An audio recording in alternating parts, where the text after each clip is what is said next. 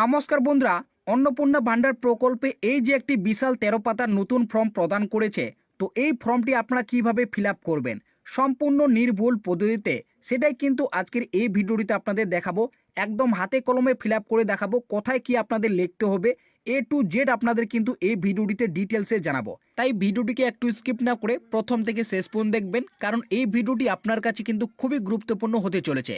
আমি যেমনভাবে আপনাদের ফিল আপ করে দেখাবো, আপনারা যদি সেই নিয়মে ফিল আপ করেন আপনাদের কিন্তু একটুও ভুল হবে না। তো চলুন দেরি না করে ভিডিওটি শুরু করি। তো প্রথমে এখানে বলা হয়েছে অন্নপূর্ণা যোজনা পারিবারিক তথ্য সংগ্রহের ফর্ম। তো প্রথমে 1 নম্বরটিতে বলা হয়েছে পরিবারের প্রধানের নাম, অর্থাৎ যিনি হেড অফ দ্য ফ্যামিলি তার নামটি কিন্তু এখানে লিখতে হবে। আপনারা অনেকেই ভাবছেন যিনি অন্নপূর্ণা যোজনায় আবেদন করবেন তার নামটি লিখতে হবে, তো এমনটা কিন্তু নয়। যিনি পরিবারের প্রধান অর্থাৎ হেড অফ দ্য ফ্যামিলি তার নামটি কিন্তু এখানে লিখতে হবে। তিনি যদি পুরুষ হয়ে থাকেন সেক্ষেত্রে তার কিন্তু নামটি লিখতে হবে, আর তিনি যদি মহিলা হয়ে থাকেন সেক্ষেত্রে তার কিন্তু মহিলার নামটি এখানে লিখতে হবে। অর্থাৎ আপনার কিন্তু পরিবারের প্রধান যিনি রয়েছেন তার নামটি কিন্তু এখানে লিখতে হবে। এবং এখানে বলা হয়েছে আধার কার্ড অনুযায়ী, অর্থাৎ আধার কার্ডে যেমন নাম রয়েছে ঠিক তেমনই কিন্তু লিখতে হবে। তবে আপনাদের বলে রাখি, যখন আপনার নাম লিখবেন বা কোনো সংখ্যা লিখবেন তখন কিন্তু ইংরেজিতে ক্যাপিটাল অক্ষরে আপনারা কিন্তু লিখবেন। তো বুঝতেই পারলেন, পরিবারের যে প্রধান রয়েছে তার নামটি কিন্তু আপনারা ইংরেজিতে অক্ষরে এখানে কিন্তু লিখবেন। তারপরে রয়েছে জন্ম তারিখ, অর্থাৎ পরিবারের যিনি প্রধান রয়েছেন তার যে জন্ম তারিখ রয়েছে সেই জন্ম তারিখটা আপনাদের লিখতে হবে। প্রথমে দিন, তারপরে মাস, তারপরে বছর। তো আপনাদের বলে রাখি, আধার কার্ডে যেমন কিন্তু জন্ম তারিখটি রয়েছে ঠিক তেমনই আপনাদের কিন্তু এখানে লিখতে হবে। তারপরে 3 নম্বরে বলা হয়েছে পরিবারের প্রধানের লিঙ্গ, অর্থাৎ তিনি পুরুষ না মহিলা সেটা কিন্তু আপনাদের ঘরে টিক চিহ্ন মারতে হবে। অর্থাৎ যিনি পরিবারের প্রধান তিনি যদি পুরুষ হয়ে থাকেন তাহলে পুরুষের ঘরে টিক চিহ্ন দিবেন, আর যদি মহিলা হয়ে থাকেন সেক্ষেত্রে মহিলার ঘরে কিন্তু টিক চিহ্ন দেবেন। তারপরে বলা হয়েছে 4 নম্বরটিতে পরিবারের প্রধানের আধার নম্বর, অর্থাৎ যিনি প্রধান তার যে আধার কার্ড রয়েছে সেই আধার কার্ডের নম্বরটি আপনাদের কিন্তু এখানে লিখতে হবে। তারপরে 5 নম্বরে বলা হয়েছে ডিজিটাল রেশন কার্ডের পারিবারিক আইডি যদি থাকে, অর্থাৎ আপনার ফ্যামিলির যে পরিবারের ডিজিটাল রেশন কার্ডের আইডি রয়েছে সেটা কিন্তু আপনাদের লিখতে হবে। আপনি অনেকেই ভাবছেন যে আপনার পরিবারে যিনি প্রধান রয়েছেন তার ডিজিটাল নম্বরটি লিখতে হবে, তো সেটা কিন্তু নয়। আপনার ফ্যামিলির যে ডিজিটাল রেশন কার্ডের আইডি রয়েছে সেটা কিন্তু আপনাদের লিখতে হবে। আপনার এই আইডিটি কিন্তু রেশন কার্ডের যে অফিসিয়ালি ওয়েবসাইট রয়েছে সেই ওয়েবসাইট থেকে আপনারা কিন্তু পেয়ে যাবেন। তারপরে 6 নম্বরটিতে বলা হয়েছে পরিবারের সদস্যের সংখ্যা, অর্থাৎ আপনার পরিবারে মোট কতজন সদস্য রয়েছেন সেটা কিন্তু আপনাদের এখানে বসাতে হবে। অর্থাৎ আপনাদের এখানে বলে দিয়েছে শুধুমাত্র সংখ্যায়, অর্থাৎ সংখ্যা অনুযায়ী আপনাদের কিন্তু বসাতে হবে। তারপরে রয়েছে ঠিকানা, অর্থাৎ আপনার যে ঠিকানা রয়েছে পুরো ডিটেলস আপনাদের কিন্তু এখানে লিখতে হবে। প্রথমে গ্রামের নাম, তারপরে পোস্ট অফিস, তারপরে থানা, তারপরে আপনাদের ডিস্ট্রিক্ট লিখবেন, তারপরে পিনকোড আপনারা কিন্তু দেবেন। অর্থাৎ আপনার স্থায়ী বাসিন্দা পুরো ডিটেলস কিন্তু আপনাদের এখানে লিখতে হবে। তারপরে বলেছে 8 নম্বরে যোগাযোগ নম্বর, অর্থাৎ আপনাদের কিন্তু এখানে মোবাইল নম্বর দিতে হবে। এখানে বলে দিয়েছে বিশেষ পরিবারের প্রধানের আধার কার্ড নম্বরের সঙ্গে যুক্ত মোবাইল নম্বর, অর্থাৎ যিনি পরিবারের প্রধান তার যে আধার কার্ডের সঙ্গে যুক্ত যে মোবাইল নম্বরটি রয়েছে সেই মোবাইল নম্বরটি এখানে কিন্তু আপনাকে দিতে হবে। তো তারপরে 9 নম্বরে বলা হয়েছে নাম, জন্ম তারিখ, লিঙ্গ, পরিবারের প্রধানের সঙ্গে সম্পর্ক, আধার নম্বর এবং পরিবারের সকল সদস্যের, অর্থাৎ বাকি যে পরিবারের সকল সদস্যগুলি রয়েছে তার কিন্তু ডিটেলসগুলি এখানে আপনাদের লিখতে হবে। পরিবারের প্রধান ছাড়া কিন্তু বাকি যে সদস্যগুলি রয়েছে সেই সমস্ত সদস্যের কিন্তু নামগুলি এখানে লিখতে হবে। প্রথমে 1 নম্বর সদস্য যিনি রয়েছেন তার নামটি লিখবেন, তারপরে তার যে জন্ম তারিখ রয়েছে সেই জন্ম তারিখটি আপনারা কিন্তু এখানে লিখবেন। প্রথমে দিন, তারপরে মাস, তারপরে আপনারা কিন্তু বছরটি লিখবেন। তারপরে রয়েছে লিঙ্গ, অর্থাৎ তিনি পুরুষ না মহিলা সেটা কিন্তু আপনাদের লিখতে হবে। পরিবারের প্রধানের সঙ্গে এনার সম্পর্ক কি রয়েছে সেটা কিন্তু আপনাদের লিখতে হবে। যদি স্বামী হয়ে থাকে সেক্ষেত্রে স্বামী, আর যদি স্ত্রী হয়ে থাকে সেক্ষেত্রে কিন্তু স্ত্রী, যদি পুত্র হয়ে থাকে পুত্র, যদি কন্যা হয়ে থাকে সেক্ষেত্রে কন্যা। তারপরে আধার নম্বরটি এনার কিন্তু বসাতে হবে। তারপরে আপনারা কিন্তু 2 নম্বর সদস্য একইভাবে আপনারা ফিল আপ করবেন। প্রথমে 2 নম্বর সদস্যের নাম লিখবেন, তারপরে তার জন্ম তারিখ, তার লিঙ্গ, তিনি পুরুষ না মহিলা, পরিবারের প্রধানের সঙ্গে ওনার সম্পর্ক কী রয়েছে, তার আধার নম্বর কী রয়েছে সেটা কিন্তু আপনাদের এক এক করে লিখতে হবে। ঠিক একইভাবে আপনাদের কিন্তু 1 নম্বর, 2 নম্বর, 3 নম্বর, 4 নম্বর প্রতিটি সদস্যের আপনাদের কিন্তু ডিটেলসগুলি এখানে লিখতে হবে। তারপর এখানে দেখতেই পাচ্ছেন পাশের ঘরটিতে বলা হয়েছে অন্নপূর্ণা যোজনার জন্য আবেদন করা হচ্ছে, অর্থাৎ যিনি অন্নপূর্ণা যোজনার জন্য আবেদন করবেন তার যে পাশে হ্যাঁ ঘরটি রয়েছে সেই হ্যাঁ ঘরটিতে আপনাদের কিন্তু টিক চিহ্ন দিতে হবে। যদি পরিবারের প্রধান একজন মহিলা হয়ে থাকেন এবং তিনি যদি অন্নপূর্ণা যোজনার জন্য আবেদন করতে চান, তার যে পাশের ঘরটি রয়েছে পরিবারের প্রধান সেই হ্যাঁ ঘরটিতে আপনাদের কিন্তু টিক চিহ্ন দিতে হবে। আর যিনি 1 নম্বর সদস্য রয়েছেন তিনি যদি আবার অন্নপূর্ণা যোজনার জন্য আবেদন করতে চান তার পাশে কিন্তু ঘরটিতে হ্যাঁ ঘরটিতে আপনাদের টিক চিহ্ন দিতে হবে।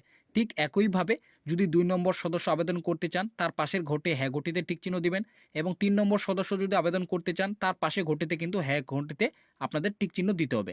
অর্থাৎ এই একটি ফর্ম দিয়ে আপনারা কিন্তু একই পরিবারের একজন কিংবা 3 জন কিংবা 5 জন ব্যক্তি পর্যন্ত আপনারা কিন্তু অন্নপূর্ণা যোজনার জন্য আবেদন করতে পারেন। তো তারপরে পাশের ঘরটিতে বলা হয়েছে যিনি 5 বছরের কম রয়েছেন যে সদস্যটি তার আধার কার্ডের নম্বরের জায়গায় আপনাদের কিন্তু না অর্থাৎ এনে আপনাদের লিখতে হবে। তারপরে রয়েছে 10 নম্বর পয়েন্টটি পরিবারের প্রধান এবং পরিবারের সকল প্রাপ্তবয়স্ক সদস্যদের ব্যাংক অ্যাকাউন্ট নম্বর আপনাদের কিন্তু লিখতে হবে। অর্থাৎ পরিবারের সকল সদস্যদের আপনাদের কিন্তু ব্যাংক ডিটেলসগুলি আপনাদের এখানে কিন্তু ফিল আপ করতে হবে। অর্থাৎ যিনি পরিবারের প্রধান রয়েছেন, হেড অফ দ্য ফ্যামিলি, যার নামটি আপনারা প্রথমে লিখেছেন তার যে ব্যাংক অ্যাকাউন্ট ডিটেলসগুলি রয়েছে সেটা কিন্তু আপনাদের লিখতে হবে। এখানে বলে দিয়েছি প্রথমে ব্যাংকের নাম, তারপরে ব্যাংক অ্যাকাউন্ট যে নম্বরটি রয়েছে সেই নম্বরটি আপনাদের লিখতে হবে, তারপরে আইএফসি কোডটি যে রয়েছে সেই আইএফসি কোডটি আপনাদের কিন্তু এখানে লিখতে হবে। তারপরে রয়েছে 1 নম্বর সদস্য, অর্থাৎ 1 নম্বর সদস্যে আপনি যার নামটি লিখেছেন ঠিক তেমনই আপনারা কিন্তু সিরিয়ালভাবে লিখবেন। 1 নম্বর সদস্যের আপনার প্রথমে কিন্তু ব্যাংকের নাম লিখবেন, তারপরে ব্যাংকের অ্যাকাউন্ট নম্বর দিবেন, তারপরে আইএফসি কোড। ঠিক একইভাবে 2 নম্বর সদস্য যার নামটি আপনারা লিখেছেন তার কিন্তু ব্যাংকের নামটি লিখবেন, তার ব্যাংক অ্যাকাউন্ট নম্বর লিখবেন, তার কিন্তু ব্যাংকের আইএফসি কোডটি আপনারা লিখবেন। পরপরভাবে আপনারা কিন্তু সকল সদস্যের আপনারা কিন্তু ব্যাংক ডিটেলসগুলি ফিল আপ করবেন। তারপরে 11 নম্বর বলা হয়েছে পরিবারের সকল সদস্যদের আপনাদের কিন্তু ভোটার কার্ড অর্থাৎ এপিক নম্বরগুলি কিন্তু এখানে লিখতে হবে। পরিবারের যিনি প্রধান রয়েছেন, হেড অফ দ্য ফ্যামিলি, যার নামটি দিয়েছেন তার ভোটার কার্ডের যে নম্বরটি রয়েছে সেই ভোটার কার্ডের নম্বরটি আপনারা প্রথমে লিখবেন, তারপরে বিধানসভা ক্ষেত্র এবং অংশ নম্বরটি আপনারা কিন্তু লিখবেন। তো আপনাদের বলে রাখি বিধানসভা ক্ষেত্র এবং অংশ নম্বরটি আপনারা কিন্তু ভোটার তালিকায় আপনারা কিন্তু ডাউনলোড করে সেখান থেকে আপনারা কিন্তু দেখে নিতে পারেন।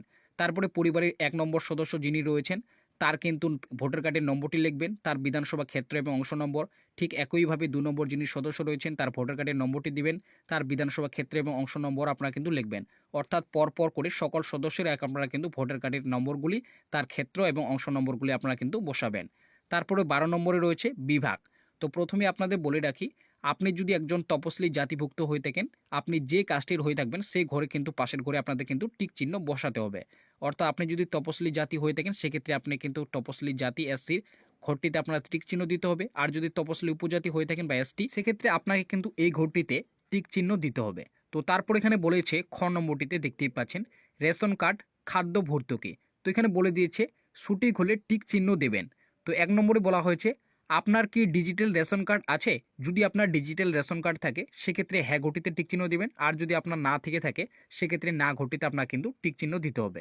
তারপরে 2 নম্বরটিতে বলা হয়েছে যদি হ্যাঁ হয় তবে কার্ডের ধরন উল্লেখ করবেন। অর্থাৎ আপনার ডিজিটাল রেশন কার্ডটি যে ক্যাটাগরি রয়েছে সেই ক্যাটাগরির পাশে ঘরটিতে আপনাদের কিন্তু টিক চিহ্ন দিতে হবে। তারপরে 3 নম্বরে বলা হয়েছে পরিবারটি রেশন দোকানে থেকে মাসিক রেশন তুলে কিনা, অর্থাৎ আপনি প্রতি মাসে দোকান থেকে রেশন পান কিনা সেটা কিন্তু আপনাদের এখানে টিক চিহ্ন দিতে হবে। যদি হ্যাঁ হয় তো হ্যাঁ ঘটিতে টিক চিহ্ন দিবেন, আর যদি না হয় সেক্ষেত্রে না ঘটিতে আপনার কিন্তু টিক চিহ্ন দিতে হবে। তারপরে গ নম্বরে বলা হয়েছে সম্পদ। তো এখানেও বলা হয়েছে যদি ঠিক হয় তাহলে অবশ্যই কিন্তু আপনাদের টিক চিহ্ন দিতে হবে। 1 নম্বরটি রয়েছে বাড়ির ধরন। আপনার বাড়িতে কি 3 বা তার বেশি পাকা ঘর রয়েছে? যদি আপনাদের 3টির বেশি পাকা ঘর থেকে থাকে সেক্ষেত্রে হ্যাঁ ঘটিতে টিক চিহ্ন দিতে হবে।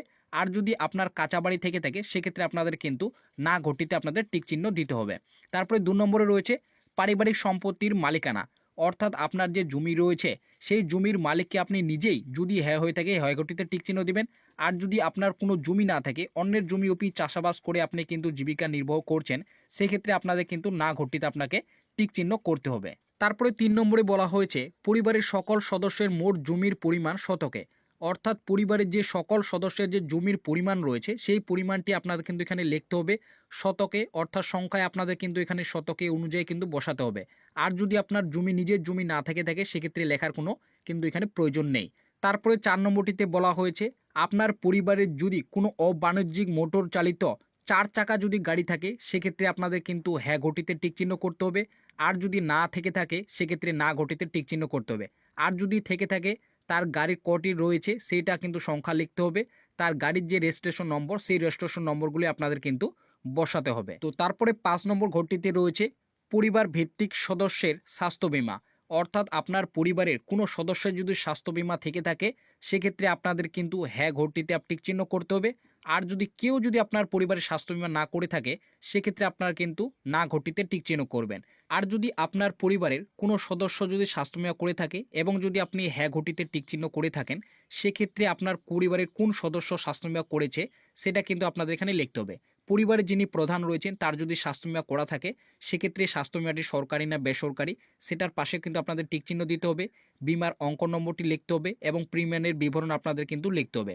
আর যদি আপনার পরিবারের প্রধান না করে থাকে সেক্ষেত্রে কিন্তু লেখার কোনো প্রয়োজন নেই। আর যদি ১ নম্বর সদস্যের স্বাস্থ্য বীমা করা থাকে সেক্ষেত্রে সেই স্বাস্থ্য বীমাটি সরকারি না বেসরকারি তার পাশে কিন্তু আপনারা টিক চিহ্ন দিবেন এবং কিন্তু এখানে তার বিমার যে অঙ্ক সেই অঙ্কটি কিন্তু বসাবেন এবং প্রিমিয়ারে কিন্তু বিবরণটি আপনারা কিন্তু লিখবেন। একইভাবে ২ নম্বর সদস্য যিনি রয়েছেন তারও যদি বিমা করা থাকে সেক্ষেত্রে সেই বিবরণটি আপনারা কিন্তু দেবেন। ঠিক একইভাবে পরিবারের সকল সদস্যের যদি বিমা করা থাকে সেক্ষেত্রে আপনারা কিন্তু পরপর করে একইভাবে আপনারা কিন্তু ফিল আপ করবেন। আর যদি আপনার পরিবারের কোনো সদস্য যদি স্বাস্থ্য বীমা করা না থাকে সেক্ষেত্রে আপনি যদি না ঘরে টিক চিহ্ন দিয়ে থাকেন সেক্ষেত্রে আপনাদের কিন্তু এখানে ফিল আপ করার কোনো প্রয়োজন নেই। তো তারপরে রয়েছে গ নম্বর আয় পেশা। ১ নম্বরে বলা হয়েছে কোনো সদস্য আয়কর বা পেশাগত কর প্রদান করেন, যদি হ্যাঁ হয় তো অবশ্যই আপনাদের কিন্তু হ্যাঁ ঘরে টিক চিহ্ন দিতে হবে। আর যদি না হয়ে থাকে সেক্ষেত্রে না ঘটিতে আপনাদের কিন্তু টিক চিহ্ন করতে হবে। তারপরে ২ নম্বরে বলা হয়েছে পরিবারের সদস্যদের প্যান কার্ড, অর্থাৎ যদি থাকে আপনার পরিবারের যাদের যাদের প্যান কার্ড রয়েছে অবশ্যই কিন্তু আপনাদের এখানে ডিটেলসে দিতে হবে। আর যদি আপনার পরিবারে কারো যদি প্যান কার্ড না থেকে থাকে সেক্ষেত্রে না ঘটিতে টিক চিহ্ন দিবেন। যদি থাকে আপনার পরিবারে কারো প্যান কার্ড সেক্ষেত্রে আপনাদের হ্যাঁ ঘটিতে কিন্তু টিক চিহ্ন দিতে হবে। তো পরিবারে যিনি প্রধান রয়েছেন তার যদি প্যান কার্ড থেকে থাকে তার নামটি আপনারা কিন্তু লিখবেন। প্যান কার্ডে যেমন রয়েছে তেমনই কিন্তু ইংরেজিতে এখানে নামটি লিখবেন ক্যাপিটাল অক্ষরে। তার প্যান কার্ডের যে নম্বরটি রয়েছে সেই প্যান কার্ডের নম্বরটি আপনাদের কিন্তু লিখতে হবে। তারপরে পরিবারে ১ নম্বর সদস্য যিনি রয়েছেন তার যদি প্যান কার্ড থেকে থাকে প্যান কার্ডে তার নামটি কি রয়েছে সেটা কিন্তু আপনাদের লিখতে হবে। তারপরে প্যান কার্ডের নম্বরটি আপনাদের কিন্তু লিখতে হবে। ঠিক একইভাবে ২ নম্বর সদস্য যিনি রয়েছেন তার নামটি লিখবেন, তার প্যান কার্ডের নম্বরটি লিখবেন। তারপরে ৩ নম্বর যিনি সদস্য রয়েছেন তার নামটি লিখবেন, তারপরে প্যান কার্ডের নাম্বারটি তার কিন্তু লিখবেন। পরপরভাবে আপনাদের কিন্তু লিখতে হবে। তারপরে ৩ নম্বরে বলা হয়েছে কর্মসংস্থানের ধরন। পরিবারের প্রধান, অর্থাৎ পরিবার যিনি প্রধান রয়েছেন তিনি বর্তমানে কি করেন সেটা কিন্তু আপনাদের এখানে টিক চিহ্ন করতে হবে। তিনি যদি সরকারি ক্ষেত্রে কোনো চাকরি করে থাকেন সেক্ষেত্রে পাশের ঘটিতে টিক চিহ্ন করবেন এবং তিনি যদি বেসরকারি বেতনভোগী কর্মচারী হয়ে থাকেন সেক্ষেত্রে কিন্তু তার পাশের ঘটিতে টিক চিহ্ন করবেন এবং তিনি যদি উদ্যোগী বা ব্যবসায়ী বা মালিকানা ইত্যাদি হয়ে থাকেন সেক্ষেত্রে তা এখানে ঘটিতে আপনারা টিক চিহ্ন করবেন। আর যদি তিনি আংশিক সময়ের কর্মকর্তা হয়ে থাকেন সেক্ষেত্রে এই ঘটিতে টিক চিহ্ন করবেন এবং অসংগঠিত ক্ষেত্রে স্বনিযুক্ত অর্থাৎ কারিগর, শিল্প, কৃষি যদি ইত্যাদি ক্ষেত্রে কাজ করে থাকেন সেক্ষেত্রে এই ঘটিতে টিক চিহ্ন করবেন। আর যদি পরিযায়ী শ্রমিক হয় সেক্ষেত্রে এই ঘটিতে টিক চিহ্ন করবেন। আর যদি তিনি বেকার হয়ে থাকেন সেক্ষেত্রে এই ঘটিতে টিক চিহ্ন করবেন। আর অন্যান্য হলে আপনারা কিন্তু এই অন্যান্য ঘরে পাশে ঘটিতে আপনারা কিন্তু টিক চিহ্ন করবেন। একইভাবে পরিবারের যিনি ১ নম্বর সদস্য রয়েছেন তিনি কি করেন বর্তমানে সেই ঘটিতে আপনাদের কিন্তু টিক চিহ্ন করতে হবে। ঠিক একইভাবে যিনি ২ নম্বর সদস্য রয়েছেন তিনি বর্তমানে কি করেন তার পাশের ঘটিতে আপনাদের কিন্তু টিক চিহ্ন করতে হবে। অর্থাৎ আপনার পরিবারের সকল সদস্যরাই বর্তমানে কি করছেন, অর্থাৎ তিনি কি কাজের সঙ্গে যুক্ত রয়েছেন কোন সদস্য তার পাশের ঘরটিতে আপনাদের কিন্তু টিক চিহ্ন করতে হবে। তো তারপরে ৪ নম্বর ঘরটিতে বলা হয়েছে পরিবারের শিক্ষিত প্রাপ্তবয়স্ক সদস্যের সংখ্যা এবং পরিবারের অশিক্ষিত প্রাপ্তবয়স্ক সদস্যের সংখ্যা, অর্থাৎ আপনার পরিবারের কয়জন ব্যক্তি শিক্ষিত রয়েছেন এবং কয়জন ব্যক্তি অশিক্ষিত রয়েছেন তার কিন্তু সংখ্যাগুলি আপনাদের লিখতে হবে। আপনার পরিবারে যদি ২ জন সদস্য শিক্ষিত হয়ে থাকেন সেক্ষেত্রে ২ লিখবেন। আর যদি আপনার পরিবারে ৩ জন সদস্য অশিক্ষিত হয়ে থাকেন সেক্ষেত্রে আপনি কিন্তু এখানে ৩ লিখবেন। তো পরিবারে যিনি প্রধান রয়েছেন তার যে বর্তমানে শিক্ষিত না অশিক্ষিত সেটা কিন্তু আপনাদের পাশের ঘরে টিক চিহ্ন করতে হবে। তো যদি শিক্ষিত হয়ে থাকেন তার সর্বোচ্চ শিক্ষাগত যোগ্যতা কী রয়েছে সেটা কিন্তু আপনাদের এখানে লিখতে হবে। একইভাবে পরিবারের যিনি ১ নম্বর সদস্য রয়েছেন তিনি শিক্ষিত না অশিক্ষিত তার পাশের ঘরে টিক চিহ্ন দিতে হবে এবং তিনি সর্বোচ্চ শিক্ষাগত যোগ্যতা তার কী রয়েছে তো সেটা কিন্তু আপনাদের এখানে লিখতে হবে। একইভাবে আপনার পরিবারের যিনি ২ নম্বর সদস্য রয়েছেন তিনি শিক্ষিত না অশিক্ষিত তার পাশে কিন্তু আপনাদের টিক চিহ্ন করতে হবে এবং তার যে সর্বোচ্চ শিক্ষাগত যোগ্যতা রয়েছে সেটা কিন্তু আপনাদের এখানে লিখতে হবে। তবে আপনাদের বলে রাখি যদি অশিক্ষিত হয় সর্বোচ্চ শিক্ষাগত যোগ্যতা এখানে লেখার কোনো প্রয়োজন নেই।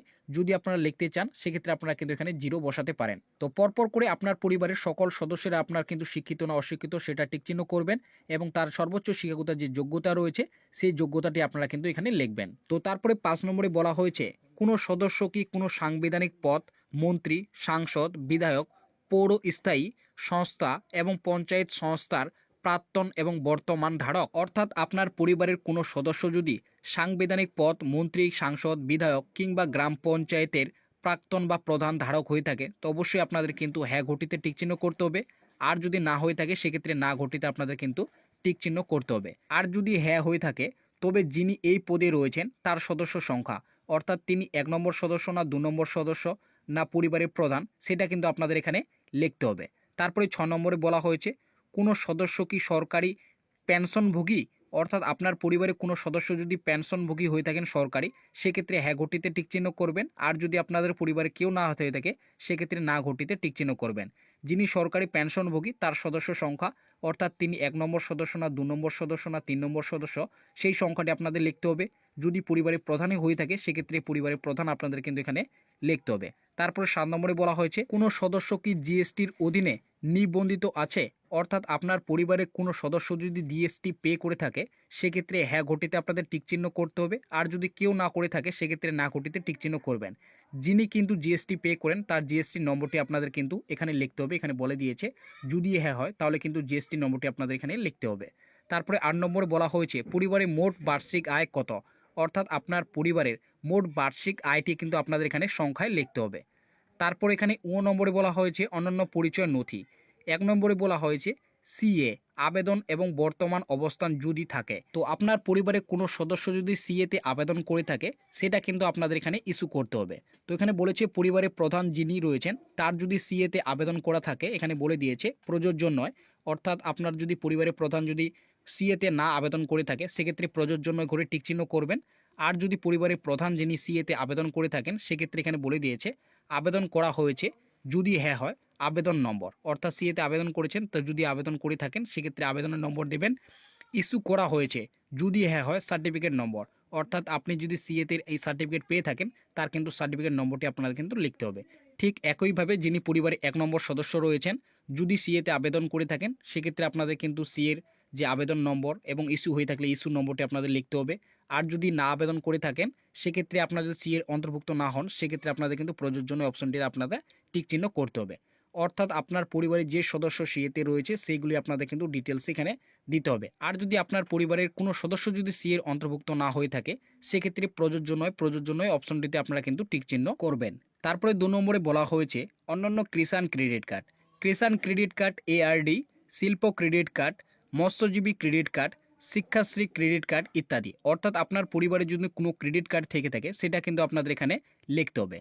পরিবারের প্রধানের যদি কোনো ক্রেডিট কার্ড থেকে থাকে তার নম্বরটি আপনাদের এখানে লিখতে হবে এবং তার আইডি সংখ্যাটি লিখতে হবে। যে তারিখে ইস্যু করা হয়েছে যে ক্রেডিট কার্ডটি সেটা কিন্তু আপনাদের সেই ডেটটি এখানে লিখতে হবে।